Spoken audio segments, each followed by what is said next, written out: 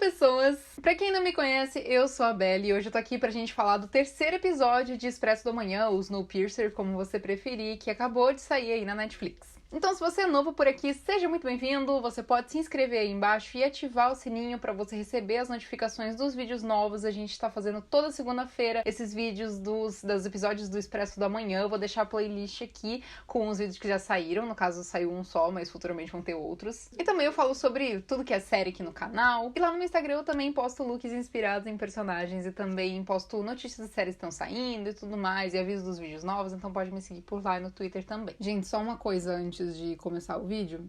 Lutem sempre pela democracia, tá? Isso é extremamente importante. Se você não sabe de nada que tá acontecendo, por favor, leia, procure. Eu tenho falado várias coisas no meu Insta, no meu Twitter sobre isso. Então, se você não tá inteirado do que tá acontecendo no Brasil e no mundo, não só com a questão democrática no Brasil, mas também com a questão dos negros e tudo mais, são assuntos extremamente importantes. Então, por favor, leia sobre isso, tá? Bom, o terceiro episódio tá aí, ele começa sendo narrado pelo médico Klein. Logo de cara a gente já tem um parecer do que vai amarrar o episódio inteiro. Um pequeno chip que a gente vê ele tirando assim da mão do Sean, que é o cara que foi morto, e é um chip que dá acesso às portas, né? Ele serve como uma chave. E como ele mesmo fala, acesso dentro do trem é poder, e as pessoas matam pelo poder. Então assim, o título do episódio é muito revelador, porque no caso o título do episódio é acesso ao poder, enfim. A questão é quantos chips existem? Todos os funcionários do trem têm esse chip? Todos os informantes do Wilford têm esses chips? A gente vê que coisas acontecem entre os passageiros como um mercado ilegal, e isso claramente foge do controle dos comandantes do trem, e isso preocupa muito a Melanie. Aí depois desse iniciozinho, o episódio situa a gente alguns acontecimentos do passado, sobre, por exemplo, como a Zara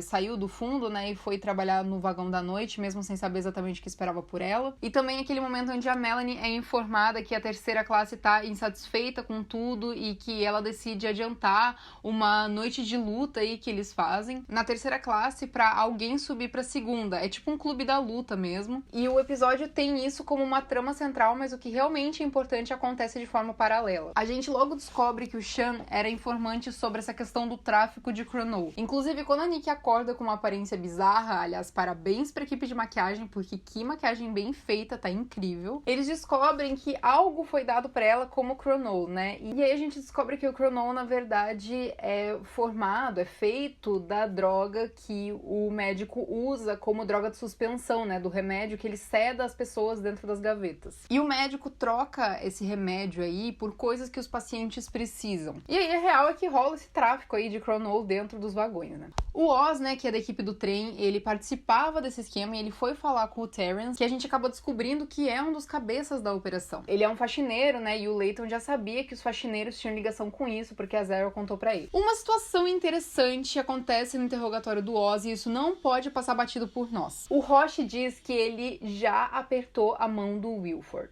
Ele tá falando a verdade? Se ele já apertou a mão do Wilford, o Wilford realmente existiu e aconteceu alguma coisa com ele? O que aconteceu com ele? Por que a Melanie é o Sr. Wilford agora? Será que o Sr. Wilford morreu em determinada altura do campeonato? Morreu de causas naturais? Morreu porque alguém matou ele e a Melanie assumiu o comando? Como que foi isso? Ou será que ele tá mentindo e na verdade ele não apertou mão nenhuma do Sr. Wilford? Então fica essa dúvida aí se realmente existiu o Mr. Wilford. Talvez tenha existido, então a gente vai ter que descobrir o que aconteceu com ele, se ele realmente existiu.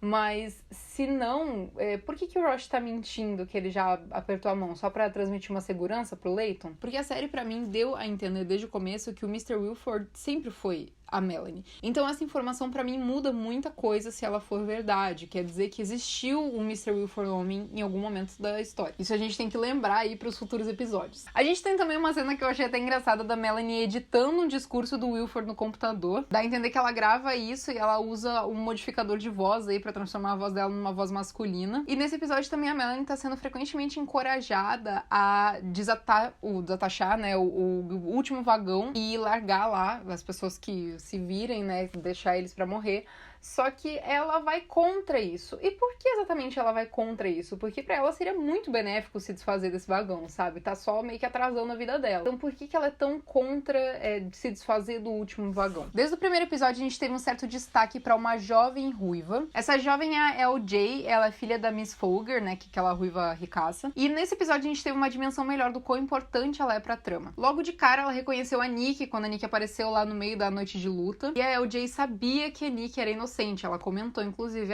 porque ela é inocente, por isso que ela está solta. Só que aí ela olhou pra trás pro segurança da família. E aí que a gente tem que se ligar, porque esse segurança da família foi a última pessoa vista junto com o Sean, enquanto o Sean ainda estava vivo. E quem dá essa informação é o Terrence, né? Não sei se alguém perdeu. E logo depois disso, a gente vê ele matando as pessoas que estavam guardando aí o centro médico e dá de cara com a Nikki, e a coitada menina vai passar por algum perrengue aí, né? Talvez ela nos deixe. Mas o que a LJ e o segurança sabem? A LJ é responsável por algo? Lembrando que logo no primeiro episódio, a gente tem um momento onde a LJ tá numa mesa de café da manhã, sei lá, com a família dela, e ela fala que ela quer ir novamente pra terceira classe pra comer lamen. Será comer lamen mesmo? O que ela tanto quer ir pra terceira classe? Será que ela tá envolvida com essa questão do tráfico de Cronow? Ela é uma frequentadora assídua da terceira classe? Eu senti que esse episódio foi composto por vários elementos um pouco soltos, e eles foram colocados assim de forma estratégica na história. Não tem um grande desenvolvimento de roteiro, mas tem várias questões que podem ser importantes pro futuro da série. E parece que elas foram meio que assim jogadas no ar, assim, em alguns momentos, tipo essa questão da LJ com o segurança. E finalmente parece que a revolução vai acontecer, né? O pessoal do fundo percebeu que o trem tá mais devagar, porque teoricamente ele tinha que estar a toda velocidade, já que eles têm que subir uma serra logo em seguida. E bem no final a gente vê aquela cena do Layton beijando a Josie, né? E é aí que ele passa pra ela um daqueles chips que a gente viu logo no comecinho do episódio. Então, ele tendo passado esse chip, dá a entender que a revolução vai acontecer logo, talvez no próximo episódio já, porque agora eles têm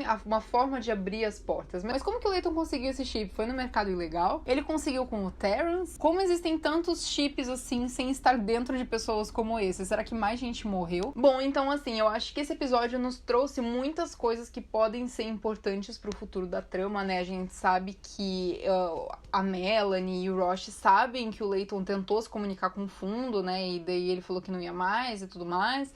Mas no fim das contas ele passou aí o chip pra Josie. Então a gente tem que ver o que vai acontecer nos próximos episódios. Achei esse episódio bem interessante, porém ele parece quase um filler, assim, sabe? Porque ele nos traz várias informações, só que são informações soltas, que a gente pode usar elas futuramente, mas que não tem, assim, uma grande evolução na nossa trama principal, no que tá acontecendo. O episódio nos deixou com mais dúvidas, né? A gente não consegue entender aí por que a Nikki tá um zumbi, o que tá acontecendo com ela, se é só efeito colateral mesmo, dela ter ficado tanto tempo naquela gaveta. Agora talvez ela vá ser morta, então a gente realmente não vai saber o que aconteceu com o Sean, e aí provavelmente vão acontecer outras mortes, né, e vai ficar cada vez pior aí pro Layton tentar descobrir o que tá acontecendo, e eles ainda não conseguiram consertar 100% a questão do vagão ali do abatedouro, né, onde cuidam das vaquinhas e tem também o açougue.